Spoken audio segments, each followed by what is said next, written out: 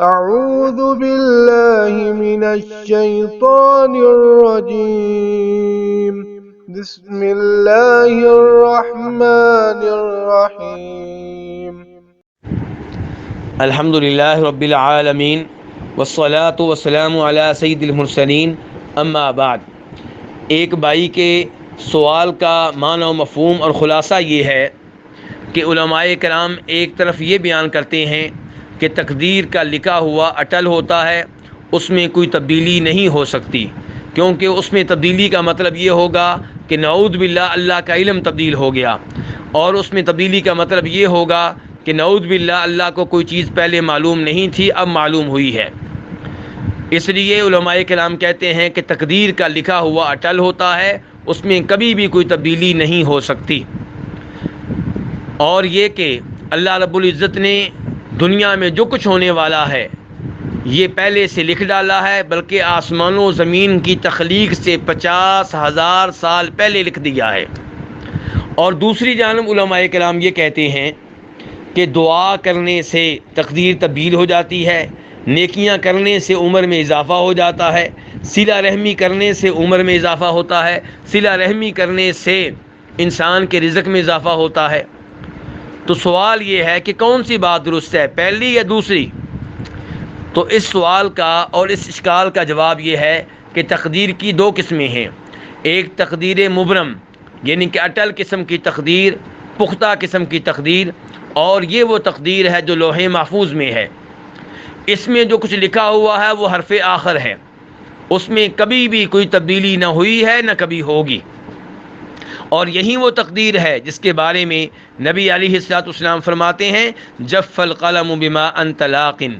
کہ انسان نے جو کچھ آئندہ کرنا ہے، جو کچھ اس کے ساتھ ہونے والا ہے، سارے کا سارا تقدیر کے قلم نے لکھ ڈالا، اور تقدیر کے قلم کی سیاہی بھی خشک ہو چکی۔ اس حدیث کو امام ترمذی رحمہ اللہ نے روایت کیا ہے۔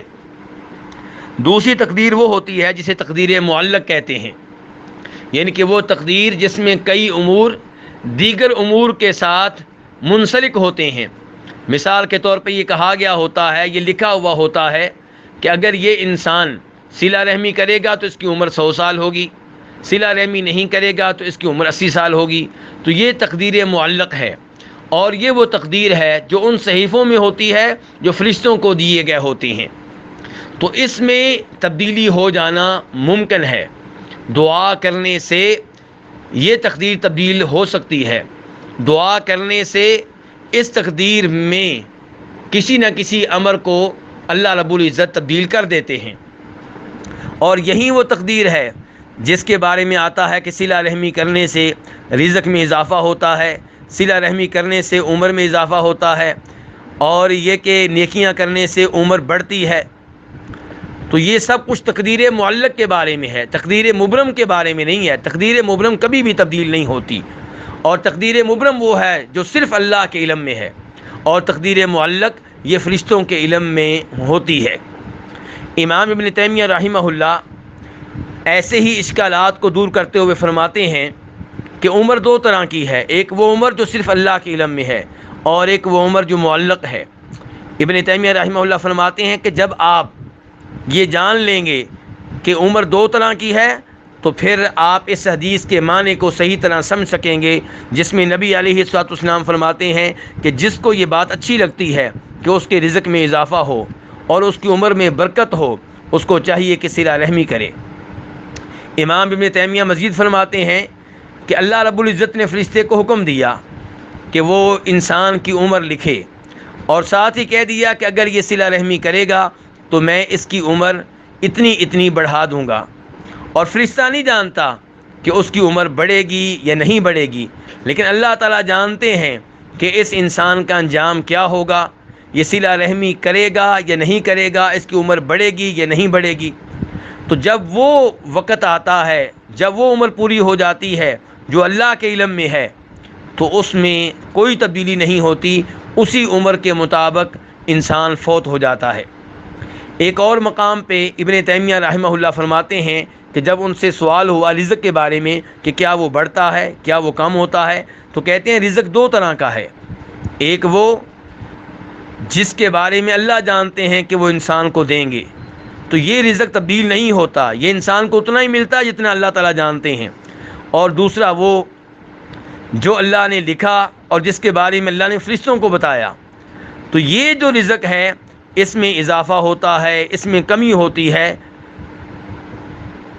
یہ کلام ہے ابن تیمیہ رحمہ اللہ کا، یہ وضاحت ہے امام ابن تیمیہ کی طرف سے، اور یہ وضاحت ان کی مشہور و معروف کتاب مجموع الفتاوی میں دیکھی جا سکتی ہے۔ حافظ ابن حجر رحمہ اللہ اسی مسئلے میں وضاحت کرتے ہوئے ارشاد فرماتے ہیں کہ فرشتے سے کہا جاتا ہے کہ فلاں کی عمر 100 سال ہوگی اگر وہ صلہ رحمی کرے گا، اور 60 سال ہوگی اگر وہ رشتہ داروں سے صلہ رحمی نہیں کرے گا بلکہ تعلقات کو توڑے گا۔ لیکن اللہ کے علم میں یہ بات موجود ہوتی ہے کہ وہ صلہ رحمی کرے گا یا رشتہ داریوں کو ختم کرے گا۔ تو جو اللہ کے علم میں ہے اس میں کمی بیشی نہیں ہوتی، اور جو فرشتے کے علم میں ہے یہی وہ تقدیر ہے جس میں کبھی اضافہ ہوتا ہے کبھی کمی ہوتی ہے۔ اور اسی کی جانب اشارہ کرتے ہوئے اللہ تعالیٰ فرماتے ہیں یمحو اللہ ما یشاء ویثبت، کہ اللہ جو چاہتا ہے اسے مٹا ڈالتا ہے اور جسے چاہتا ہے اللہ تعالیٰ برقرار رکھتا ہے۔ وعنده ام الکتاب، اور اصل تقدیر وہ ہے جو اللہ تعالیٰ کے پاس ہے، یعنی کہ جو لوح محفوظ میں ہے۔ تو یہ جو اللہ نے کہا کہ اللہ مٹا ڈالتا ہے یا برقرار رکھتا ہے، یہ اس تقدیر کے لحاظ سے ہے جو فرشتے کے علم میں ہے، اور جو تقدیر اللہ کے علم میں ہے، جو ام الکتاب میں ہے، جو لوح محفوظ میں ہے، اس میں کسی چیز کو مٹایا نہیں جاتا، اور یہی وہ تقدیر ہے جسے تقدیر مبرم کہتے ہیں، اور جو تقدیر تبدیل ہو سکتی ہے اسے تقدیر معلق کہتے ہیں۔ مجھے امید ہے کہ امام ابن تیمیہ رحمہ اللہ اور حافظ ابن حجر رحمہ اللہ کی گفتگو کی روشنی میں یہ مسئلہ واضح ہو چکا ہوگا۔ اللہ تعالی ہمیں قرآن و حدیث پہ صحیح معنوں میں غور کرنے کی توفیق عنایت فرمائے، اور تقدیر پہ صحیح معنوں میں ایمان لانے کی توفیق عنایت فرمائے۔ وصلی اللہ تعالی علی نبیہ محمد وآلہ وصحبہ اجمعین۔